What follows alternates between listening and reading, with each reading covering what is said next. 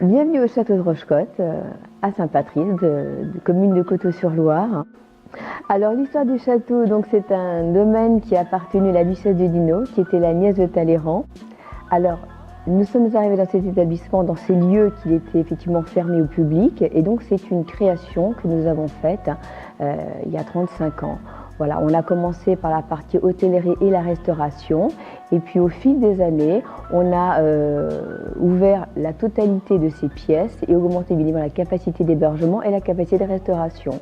Donc on a redécoré les lieux, on a retransformé ces lieux, on les a réhabilités pour après, maintenant, avoir une clientèle, je dirais, internationale. On accueille des gens de tous les continents, bien évidemment notre clientèle tourangelle qui vient nous voir, beaucoup pour des événements familiaux un peu exceptionnels. On vient à Rochecotte pour passer, je dirais, la journée, pour se faire plaisir. Alors c'est à l'occasion d'un anniversaire ou de grands événements comme des mariages. Voilà, sur lequel effectivement vous avez entre autres ce grand salon que l'on peut effectivement réserver pour ce genre d'événement. Alors aujourd'hui, nous avons une quarantaine de chambres qui se situent principalement dans le bâtiment principal. Ce sont des chambres qui sont de belle taille, dans un très grand volume, de grand volume également au niveau des superficies.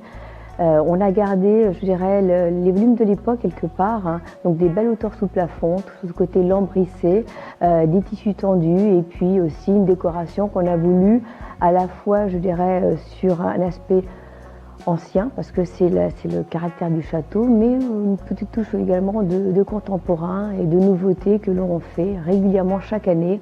On redécore certaines chambres, on aménage nos salles de bain, on fait beaucoup de choses. On ne s'arrête pas sur ce qui est fait et je veux dire chaque hiver, à l'occasion des fermetures, eh bien c'est des rénovations, des décorations nouvelles.